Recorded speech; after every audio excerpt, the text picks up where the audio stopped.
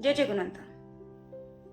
पिछले वीडियो में हमने देखा कि बाबा जी पर बहुत सारे लोगों ने अत्याचार किए, बाबा जी को बहुत दुख दिए, पुराने से बाबा जी पर वार किए, गाड़ी चलाई बाबा जी के ऊपर से, बहुत सारे दुख लोगों ने दिए। फिर भी बाबा जी शांत रहे, बाबा ने कुछ भी नहीं कहा और जो लोग थे उनको उनके कर्मों के फल मिल चुके। अब हम 8वां अध्याय देखते हैं। श्री गुणवंत देवाय नमः। गुणवंत महापुराण अध्याय 8वां। श्री गणेशाय नमः। श्री सरस्वती माताय नमः। श्री गुणवंत देवाय नमः। हे गिरिधारी कृष्ण मुरारी। श्री विष्णु जी के अवतार अध्याय 8वें। आप मोरी नैया करो भव पार। पार्थों को गीता पढ़ाई। कुरुक्षेत्र के मैदान में मोरे मन संग्राम चला है, लिखने बैठा पुराण में। विचारों का नहीं तालमेल, यह मेल आपको करना है। बालकों अज्ञान शीश पर कवच कृपा धरना है। शीश पर कवच कृपा का धरना है। ज्ञान सिखलाया पार्थ को, कुछ ज्ञान मुझे भी सिखला दो। श्री गुणवंत पुराण लिखने की तरकीब मुझको बतला दो। द्रौपदी की लाज बचाई रक्षक बनकर कृष्ण कन्हैया ने। हाथ जोड़कर करूं प्रार्थना, परे हटे मेरी कठिनाई। मदद करो मुझको मधुसूदन, भिक्षा दीजिए ज्ञान की, रक्षा कीजिए हे दीन बंधु भक्तों के सम्मान की। गुणवंत हमारे है सका, मैं उनका मैं गुणगान करूं। आपके ही वरदान से संत चरित्र लिखा न करूं। दिगंबर गुणवंत की काया मुझको अपने पास बुलाया।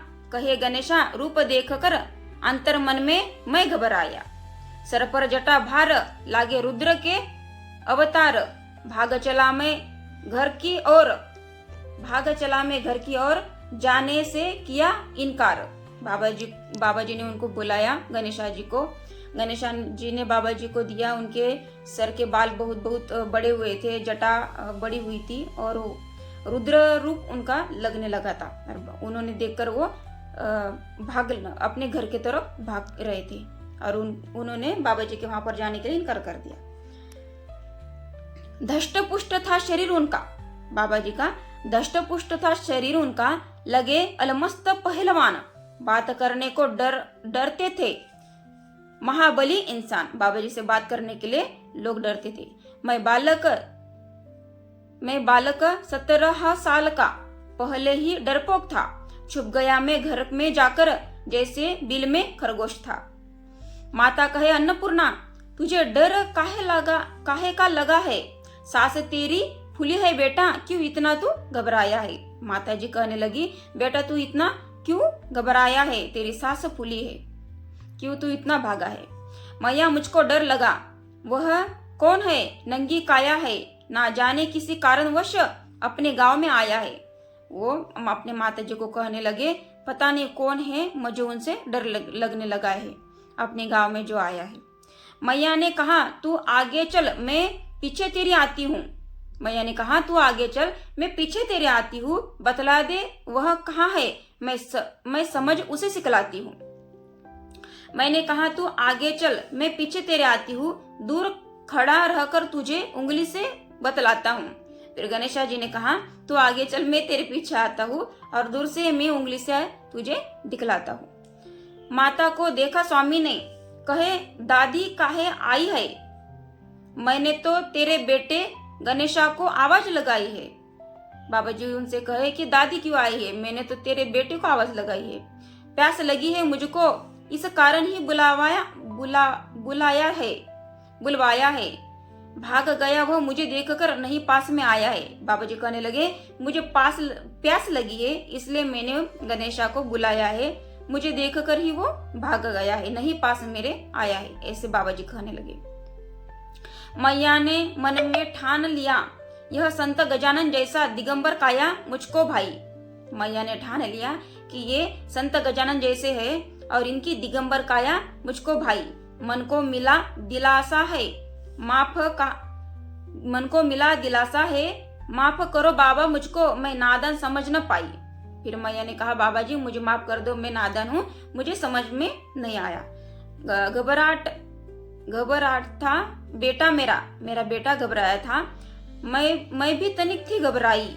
कहा मैया ने इनकी सेवा में दास बनकर तू रहना, लोग कहे कुछ भी लेकिन अपशब्द उन्हें न कहना।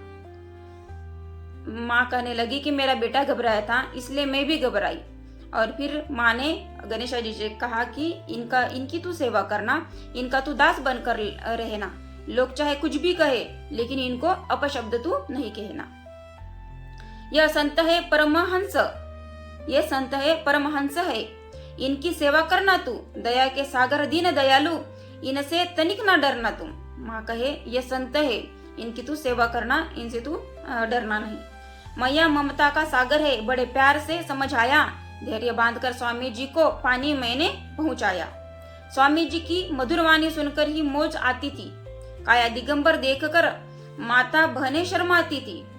एक दिन स्वामी जी को कहा आप कपड़े करो परिधान। गणेशा जी ने स्वामी जी को कहा आप कपड़े करो परिधान, तो नर नारी दुनिया सारी देंगी तुम्हें सम्मान। बाबा जी को उन्होंने कहा कि बाबा जी आप कपड़े पहनो, फिर आपको जो नर नारी है, जो लोग है वो आपका सम्मान करेंगे। सामने बैठा एक बैल था, उसे देखकर स्वामी कहते हैं क्या वह कपड़े पहनता है। एक आगे बैल बैठा था, तो बाबा जी उसे देखकर बोल रहे थे कि क्या इसने कपड़े पहने हैं, वह भी मेरे जैसा है। बाबा जी कहने लगे वो भी तो मेरे जैसा है, नंगा आना नंगा जाना कुदरत का कानून है, कैसे समझाऊं तुझको बेटा, तू अभी मासूम है। बाबा जी से कहने लगे कौन देगा कपड़े भाई, तू कहाँ से लाएगा। फिर बाबा जी कहने लगे मुझे कौन देगा कपड़े भाई, तू कहाँ से लाएगा, पास नहीं है पैसा थैला, फिर कहाँ से आएगा, मेरे पास पैसा नहीं है तो कहाँ से आएंगे कपड़े। ऐसे बाबा जी कहने लगे तेरे बदन पर जो है बाना क्या तू मुझे दे सकता है। बाबा जी ने कहा जो तेरे बदन पर बाना है क्या तू मुझे दे सकता है। छोड़ यार यह लंबी बातें व्यर्थ ही क्यों बतलाता है। बाबा जी ने कहा छोड़ ये क्यों तू व्यर्थ ही मुझे बतलाता है। बाबा की आज्ञा मानकर मैंने तो ड्रेस उतार दी। बाबा जी की आज्ञा मानकर गणेशा जी ने ड्रेस उतार दी। जट से पहने प्रभु जी, कहे बहुत लागे प्यारी है। मैंने कपड़े उतार कर बाबा जी को दिए तो बाबा जी ने वो जट से पहन लिए और बाबा जी कहने लगे कि बहुत लागे प्यारे है। जाग गया नसीब मेरा, किस्मत पलटी खाई है। गणेशा जी कहे जाग गया नसीब मेरा, किस्मत पलटी खाई है, आशीर्वाद मिला बाबा का, जीवन बना सुखदाई है। तब से मैंने आज तक कपड़े नहीं मोल लिया, तब से मैंने आज तक कपड़ा नहीं मोल लिया। गुना बाबा के भक्तों ने प्यार मुझे अनमोल दिया। गुना बाबा के भक्तों ने प्यार मुझे अनमोल दिया। कपड़े की नहीं फिक्र है, ना पैसों का जिक्र है। गुणवंत कृपा से भक्त मिले, मुझे हजारों मित्र है। बाबा की कृपा से मुझे मित्र बहुत सारे मित्र मिले। अब नाम गुना बाबा का यही तो मेरी दौलत है। अब नाम गुना बाबा का यही तो मेरी दौलत है। इस पावन नाम से ही सबको मिलती शोहरत है। पतित पावन नाम मंगल मुख से गाऊंगा, दर्शन को लाखनवाड़ी बार बार मैं जाऊंगा। सब कुछ दिया है बाबा ने, उपकार किया है बाबा ने।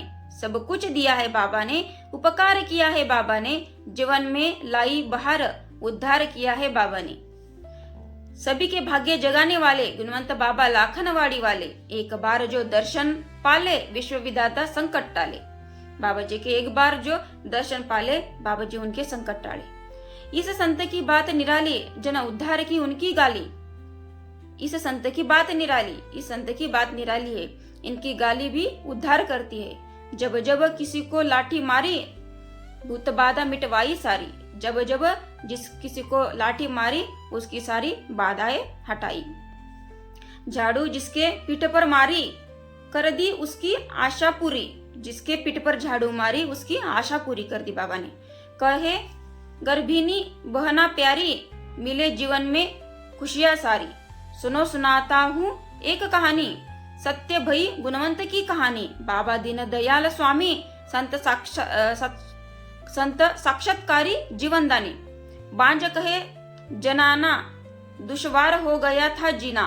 सुना रही है दुखड़ा अपना, आकोट तहसील में रहती बहना। एक आकोट की एक बहना थी, वो अपना दुखड़ा हमें सुना रही है। गाव है वरूर जवळका। गाव है वरूर जवळका। शुभ नाम है संगीता। पति ज्ञानेश्वर विठ्ठल भक्त। पति ज्ञानेश्वर विठ्ठल भक्त। आनंद नहीं था संतान सुख का। उनको आनंद नहीं था, मतलब उनको कोई संतान नहीं थी, इसलिए वो खुश नहीं थी। कहे ज्ञानेश्वर पवार जी 1995 में भई थी शादी। सन 2011 तक नहीं मिली मुझको आबादी।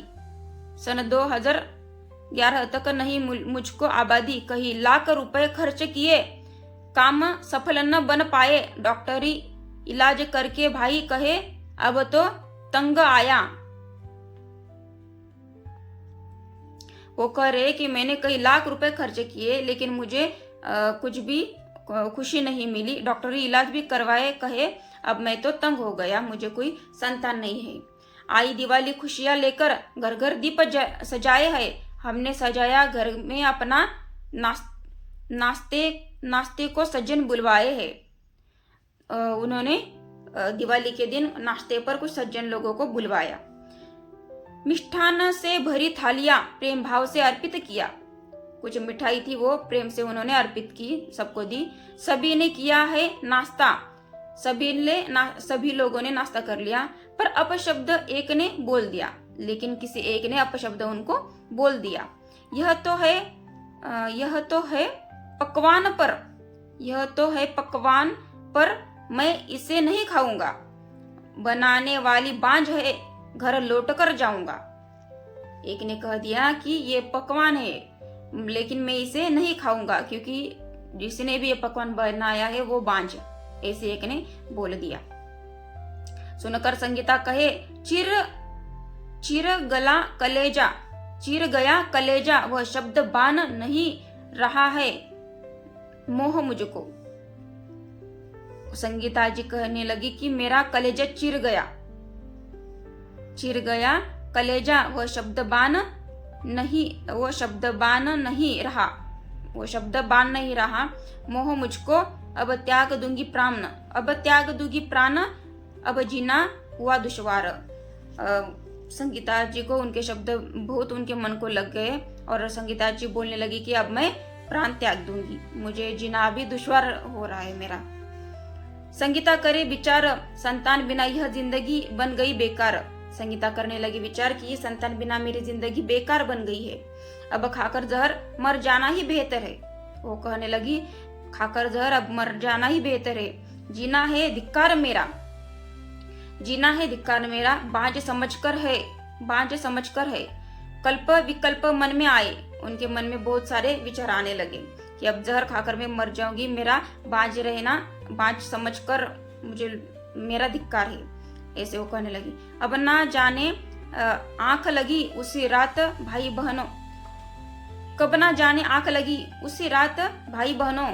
संगीता कहे किस्मत है जागी, सफेद बाना पहनकर एक स्वामी जी आए।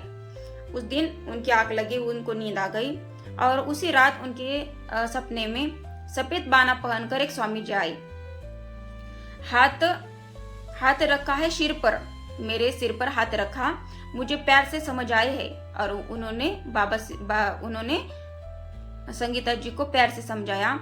कुविचारों की होली जला दे, तेरे मन में जो विचार चल रहे कुविचार, उसकी होली जला दे। आगे समय सुखदायी है। उन्होंने कहा कि आगे जो समय आने वाला है वो सुखदायी है, तेरे विचारों की होली जला दे। 12 माह के भीतर ही तू बनेगी माई है। उन्होंने कहा कि 12 भीतर के अंदर ही तू माई बनने वाली है। ऐसे उन्होंने बाबा जी ने उनको कहा। अब हम आगे की जानकारी कल की वीडियो में देखेंगे। मेरी बाबा जी की सच्ची घटनाएं जो मैं आपको बताती हूँ, अगर ये मेरी कहानी आपको अच्छी लगती हो तो मेरे वीडियो को लाइक करें, सब्सक्राइब करें और शेयर करें, और ज़्यादा से ज़्यादा लोगों तक शेयर करें। जय जगन्नाथ।